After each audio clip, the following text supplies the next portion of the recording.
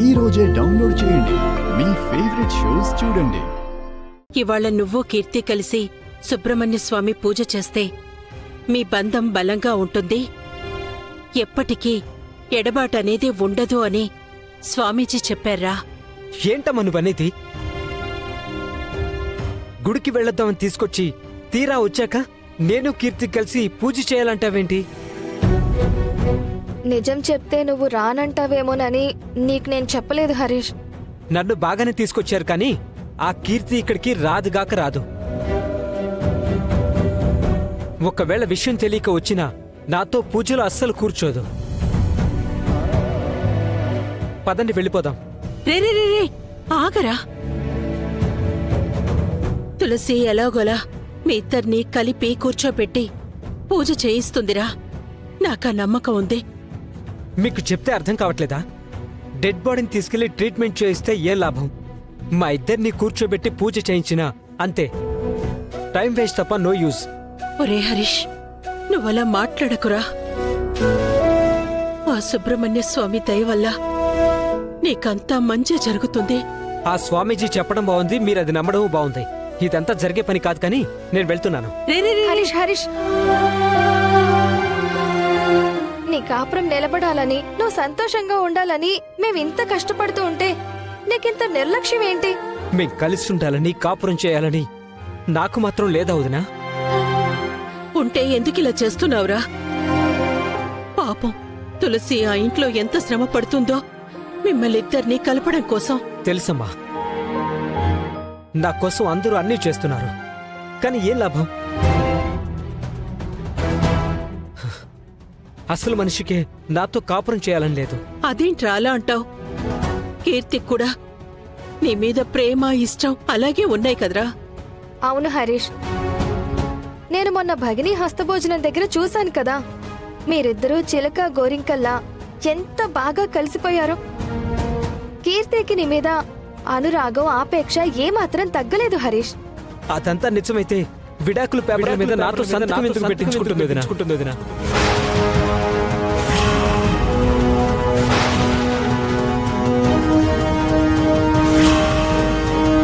రే, ఏంట్రా నువ్వనేది?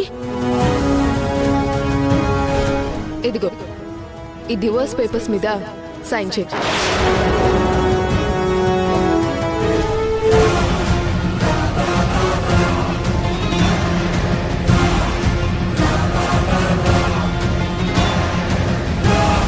విడాకుల పేపర్స్ ఏంటి?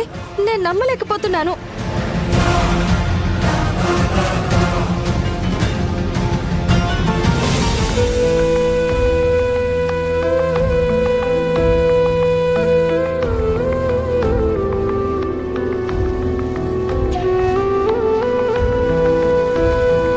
అమ్మ నాన్న అన్నయ్యని తీసుకొచ్చే ఉంటారు, ఎక్కడున్నారో ఏంటో.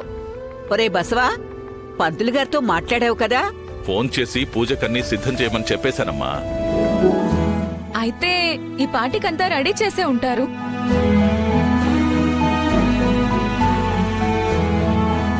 ఇవాళ కుటుంబంతో సహా సుబ్రహ్మణ్య స్వామి గుడికొచ్చాను. పూజ కూడా జరిపించేస్తే ఇక ఇంట్లో అంతా మంచే జరుగుతుంది. నమస్కారం అయ్యా. నమస్కారం. మీరు చెప్పినట్టే స్వామివారి విశేష పూజకి సర్వం సిద్ధం చేశాను. మంచిది పంతులు గారు. ఈ పూజలో మేమందరం ఏం చేయాలో చెప్పండి. ఏముందమ్మా, మీలో పెళ్లైన వారందరూ దంపతులుగా కూర్చుంటే నేను కాసేపట్లో పూజా కార్యక్రమం మొదలుపెట్టేస్తాను.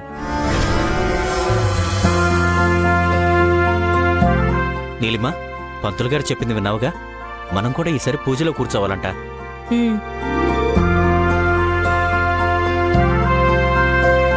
మా అమ్మ వాళ్ళు అక్కడ మన కోసమే వెయిట్ చేస్తున్నారు. మనం ఇప్పుడు కీర్తి పక్కన హరీష్ని పెట్టి పూజ చేయించాలి, అంతే కదా? అంతే. తర్వాత మిగతాదంతా ఆ దేవుడే చూసుకుంటాడు. గుడికి తీసుకొచ్చిన వాడిని పూజలో కూర్చోబెట్టలేనా? నేను చూసుకుంటా.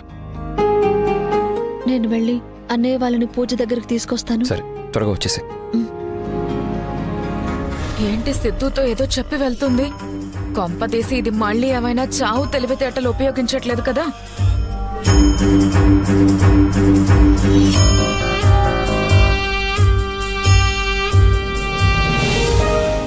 సిద్ధు, మీ పెళ్ళై ఇన్నాళ్లైనా మీరిద్దరూ కలిసి ఒక్క పూజలో కూడా కూర్చోలేదు కదా.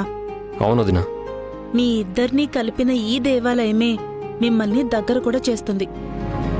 కానీ తులసి ఒప్పుకుంటుందా? నేను చూసుకుంటాను కదా. థ్యాంక్స్ వదినా. కనిష్క, ఎక్కడికమ్మా వెళ్తున్నావు? అది ఏం లేదు బామ్మ.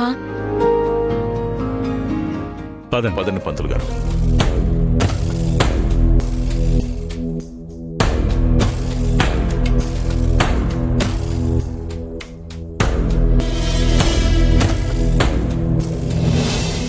అమ్మా, ఇప్పటికైనా ఇంటికి వెళ్దామా? తులసికో మాట చెప్పేసి వెళ్దాం హరీష్. పాప మన కోసం ఎదురు చూస్తూ ఉంటుంది.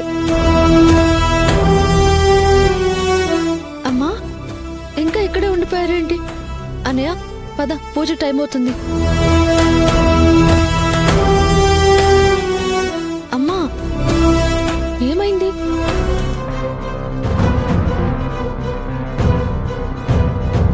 వదినా, ఎందుకు అందరూ అదోలా ఉన్నారు? సారీ తులసి. ఏమైందన్నయ్య? జరిగింది నీకు ముందే చెప్పాల్సింది. అనవసరంగా ఇదంతా ప్లాన్ చేశావు. అసలేం జరిగిందో చెప్పన్నయ్య ముందు. ఈ డివోర్స్ పేపర్స్ మీద సైన్ చేయి. నీకు మీ అమ్మా నాన్నల్ని బయటికి తీసుకురావాలని ఉంటే వీటిపైన సైన్ చేయి.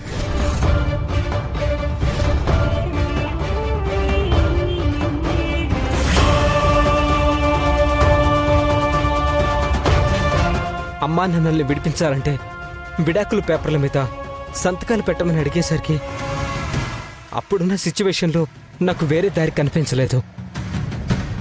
అనవసరంగా తొందరపడ్డావన్నయ్య. అమ్మా, ఒకసారి వెళ్ళరా.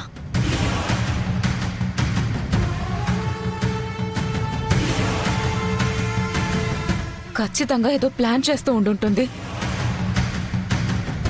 ఏంటమ్మా ఇది?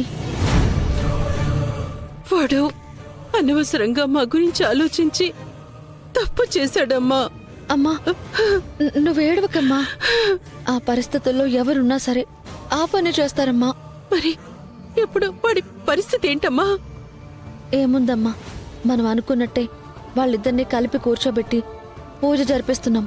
కానీ ఆ పేపర్ల మీద సంతకం పెట్టాను, ఇప్పుడు ఏం చేసినా లాభం లేదంటున్నాడు కదా. మనం తలుచుకుంటే తెగిపోయేది కాదమ్మా. ఆ దేవుడు వేసిన బంధమమ్మా. వాళ్ళిద్దరి మధ్య ఏ కాగితాలకి సంతకాలకి అందని ప్రేమాభిమానాలున్నాయమ్మా. వదన కడుపులో పెరుగుతున్న బిడ్డే అందుకు సజీవ సాక్ష్యం.